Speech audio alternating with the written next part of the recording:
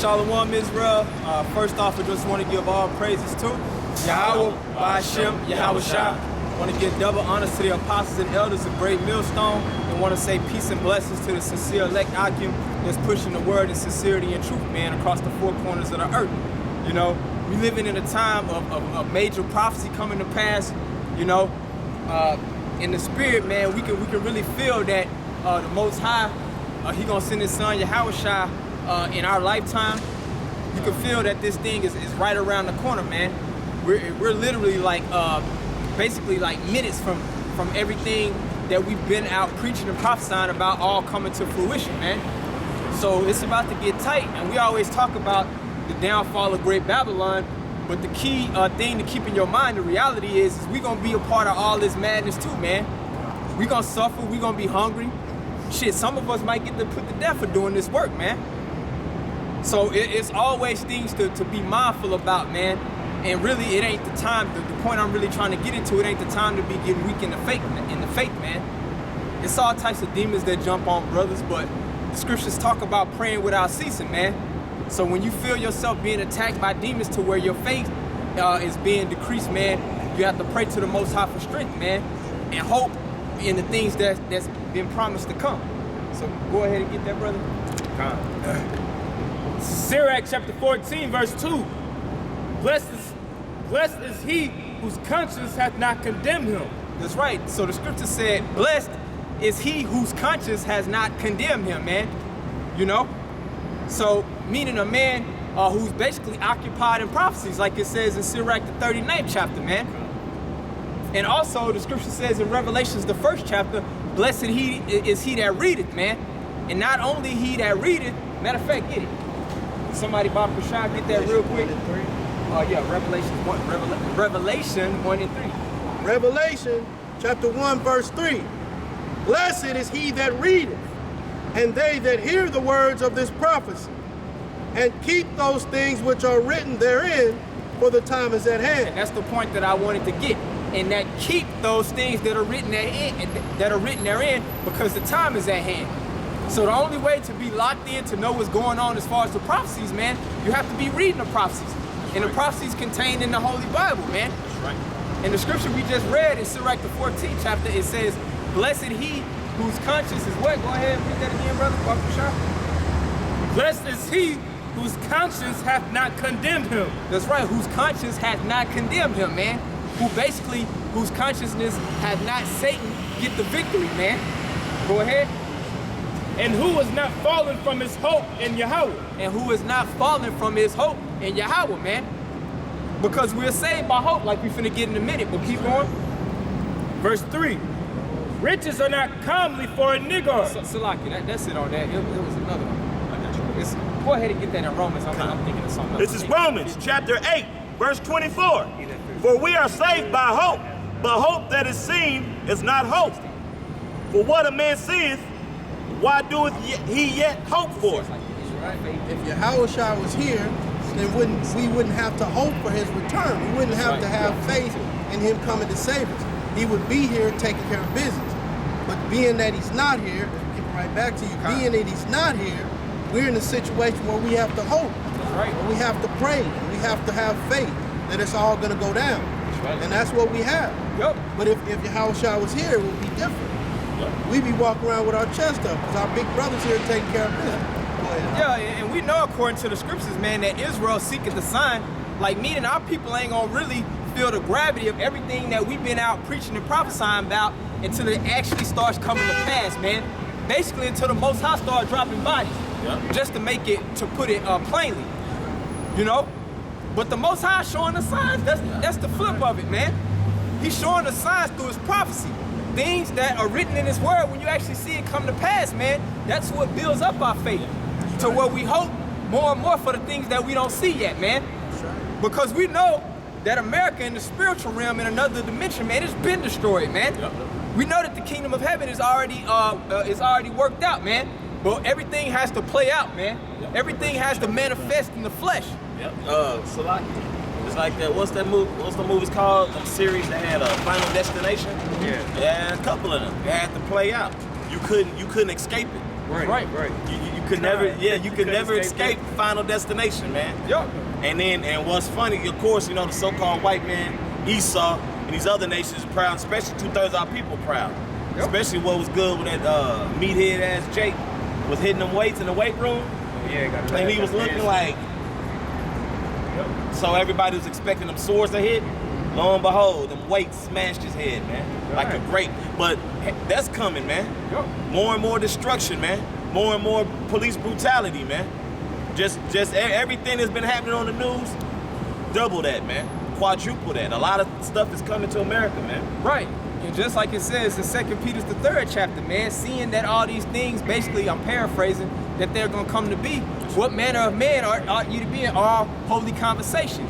Meaning your honor straight faith in the Greek, meaning the way you conduct yourself in your everyday life, man. Meaning reading the prophecies, understanding the prophecies, praying for faith, and living it to the best of your ability, man. That's the only hope that we're going to have of being saved out of all these calamities that's to come, man. That's right, brother. That's our only hope and what's not seen of that salvation that's to come, man. Go ahead. Matter of fact, start again. Romans 8:24. For we are saved by hope, but hope that is seen is not hope. For what a man seeth, why doeth he yet hope for? That's right. So if the Most High, man, basically set up the kingdom, or if it was if he set an appointed time for where he was gonna send his son to deliver us, man, Jake wouldn't be fervent about doing the work. Jake could just be bullshitting, myself included, most likely. We'll just wait until the end and just do what the fuck we want to do in the world, and then right at the last second, we'll get right, man. But that's why the Most High set it up, because he's looking for faithful men. That's right. Men that are going to be diligent, man, because the scriptures talk about working out your salvation with diligence, man. You know? Go ahead, brother. Verse 25. But if we hope for that we see not, then do we with patience wait for it? That's right. So if we did hope for what we see not, then we with patience wait for it, man. That's right. Because even like just a practical example that Jake can understand, because it hits your pocket, it hits your belly. You have faith that you're going to get your paycheck every Friday, every other Friday, every month, whenever you get paid, you know? That's having hope in something that's not seen. When shit is Monday and you on your last, you hoping that the Most High gonna put it to where that check is there Friday, you know? So how much more so in the things that are to come? Salvation, a kingdom, man, righteousness, man. That's right. Seeing your enemy being just trodden down, man. That's right, brother. All those goodly rewards that the elect has to look forward to, man. We with patience, we have to wait for it, man. So it ain't time to be weak in the faith, man. Shit gonna happen, man. Yahweh Shah had to suffer when he was on that cross, man. He had to do the will of his heavenly Father, and the servant is no greater than the master. So we gonna catch hell, we gonna catch affliction, man. We gonna catch adversity. We gonna be persecuted for this faith, man. That's right. But we with patience have to wait on the promises to come, man. That's right. Let's sit on that, get your precept out, and then jump back to that too. This is Hebrews 11:6. But without faith, it is impossible to please him. That's right. Man, I don't know how clear the Most High can be right here, man. You know, without faith, it is impossible to please him. Matter of fact, get Ephesians chapter 2, verse 8. Read that again, Barbara Shaw. Hebrews 11:6. For without faith, it is impossible to please him. Right, so everything that we stand upon, man, our foundation is all built on faith. That's right. We understand through the book of James that faith without works is dead. That's right. And that you basically show your faith by doing the work, by keeping the law. But the end all be all is faith, man. Because we of ourselves, man, our righteousness is as a filthy rags, man. That's right. So we have to depend on a Savior to redeem us, man. We have to have faith. And it's impossible to please the Most High if you don't have faith. Meaning you can do all the works, you can do all this and do that, but if you don't have faith, man, it's all out the window, man. Because Paul even said that, I believe it's in Corinthians. He said, I have nothing if I have charity, man. You know? 1 Corinthians, that's right, you know? Which we do charity as a part of showing our faith, man. Because charity edifies, man, and charity covers a multitude of sins also, pursuant to 1 Peter, man. Is it more than that? No. But without faith, it is impossible to please him. For he that cometh to the Most High must believe that he is. For he that cometh to the Most High must believe that he is. And that's his name. If you break it down, Yahweh, he is to be, he exists. If you come into the faith, man, if you call yourself out of being a man of the Lord, teaching and prophesying, man, you have to believe on the power that controls the issues of life and death. Who has it set for an appointed time that he's going to send his son back to deliver the elect of the nation of Israel. That's right. You have to believe that he is, man. You have to believe that he's out there in the heavens, man, monitoring everything that goes on, man. That's right. And that he's going to hold true to all those promises that he made, man. All right, a little more time. For he that cometh to the Most High must believe that he is, and that he is a rewarder of them that diligently seek him. Woo! And he is a rewarder of him that diligently seek him. Because even Peter asked the Lord, man, in Matthew the 19th chapter, he was basically saying, we're forsaking all to follow thee, man. Yep. Meaning like the disciples, man, they were regular men like us. They had families, they had occupations, man. But they forsook all that to follow the Lord. Yep. And we're coming in that same lot. So we're not just doing this for nothing, man. Yep. We got fear of the Lord. It all begins with that because the scriptures talk about the fear of the Lord is the beginning of wisdom. That's right. So that's the main thing. We have faith in the Most High's power, Al-Shaddai, in his judgment. Because Hebrews the 10th chapter says it is a fearful thing to fall into the hands of the living power. So it all begins with the fear. And then out of the fear and building up in faith, man, you're going to keep the commandments, man, and you're going to believe and trust on the name, man. You know, but at the end of the day, we're doing the works. We're making our bodies a living sacrifice to get that great reward. That's right. That's what it all boils down to, man. Being set up, like it says in what is it, first Ezra 4. Those men that was receiving those crowns from Yahweh Shah, those men who stood so stiffly for the name. The second Ezra, Salaki, second Ezra, the 4th chapter. You know, we're basically trying to be those men that are gonna receive those crowns, man. Like anytime you do a laborious job, man, you're doing it for some type of reward, man. Go ahead, brother. I have a word for diligently seek. It's exateo. All right, exateo. All right, and it says to seek out, to search for, i.e., investigate, scrutinize. All right, when you scrutinize something, that means you diligently, you squint, you like looking, you looking in between the lines, keenly, man. God. Hey, because if I could just say this, a good example of that is in Acts the 17th chapter. It was talking about the Bereans basically. When they went to the church of Berea, and it says the Bereans, they were more noble than the Thessalonians, man, and that they received the scriptures with all readiness and looked into it to see if those things were such, man. Meaning they didn't just believe what they were told, but they diligently basically searched the things out to see if they were so, man. And that's how we have to be in the faith, man. Of course, we've been blessed with great men, the apostles and elders of Great Millstone, to teach us and basically cut up the meat, so to speak, to where it's easily digestible for us. But at the same time, man, we have to come up on our own level of being teachers, man. That's right. Meaning we have to study. That's right. We have to be studious and apply ourselves to really get the understanding, man, to be able to teach other men. You see? And that's how we're going to receive a reward, like the brother just read, man. That's a part of diligently seeking the Most High. Matter of fact, if I hold yours, get John 5 and 39, and I'm gonna let him finish and then you get yours.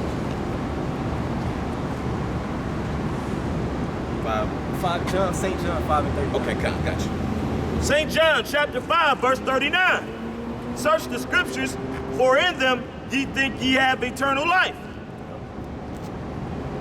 And they are they which testify of me. That's right. So it says search the scriptures, man.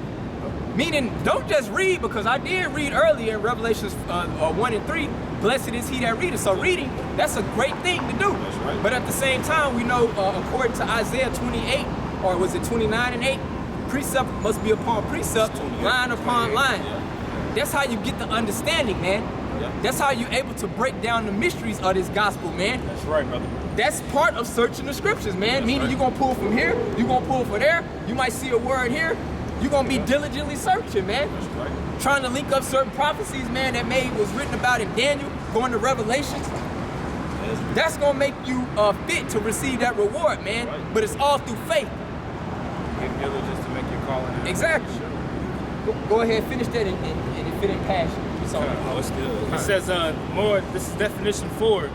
It says to seek out for oneself, to beg, to crave, all right? Woo. To demand back or require. To demand back or require, man. So the scriptures talk about, man, we ain't supposed to give the Most High no rest, man. Yeah. We supposed to be in that spirit that Ezra was in, man. Yeah. Like he was coming at the angel kind of sideways, but you can understand it if you're a spiritual man, like, cause he wanted the kingdom to come so bad, man. Yeah. And that's how we feel. We like, damn, man, we going through all this hell.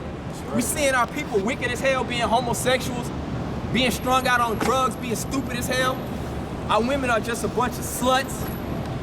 Just wickedness is just perpetuated at high levels, and we can't do shit about it. So we want the kingdom to come so bad, but we understand, men of understanding recognize that it's not according to our will. It's all based on the Most High's will, man. Prophecy has to come to pass. That's right. Go ahead, Sean. This Luke chapter 17. I'm gonna start at verse 31, and it reads, "In that day, he which shall be upon the housetop, and his stuff in the house, let him not come down to take it away. And he that is in the field, let him likewise not return back. Remember Lot's wife." That's right. Reason why I brought that out, because brothers are going and being diligent right now. He's explaining being on your housetop and leaving your stuff in the house and being out in the field. When you're on your housetop, you observing what's going on. You're standing up top and you're seeing what's going on around you, being circumspect. That's why right afterward he said, "Remember Lot's wife." You know what I'm saying? Instead of being on your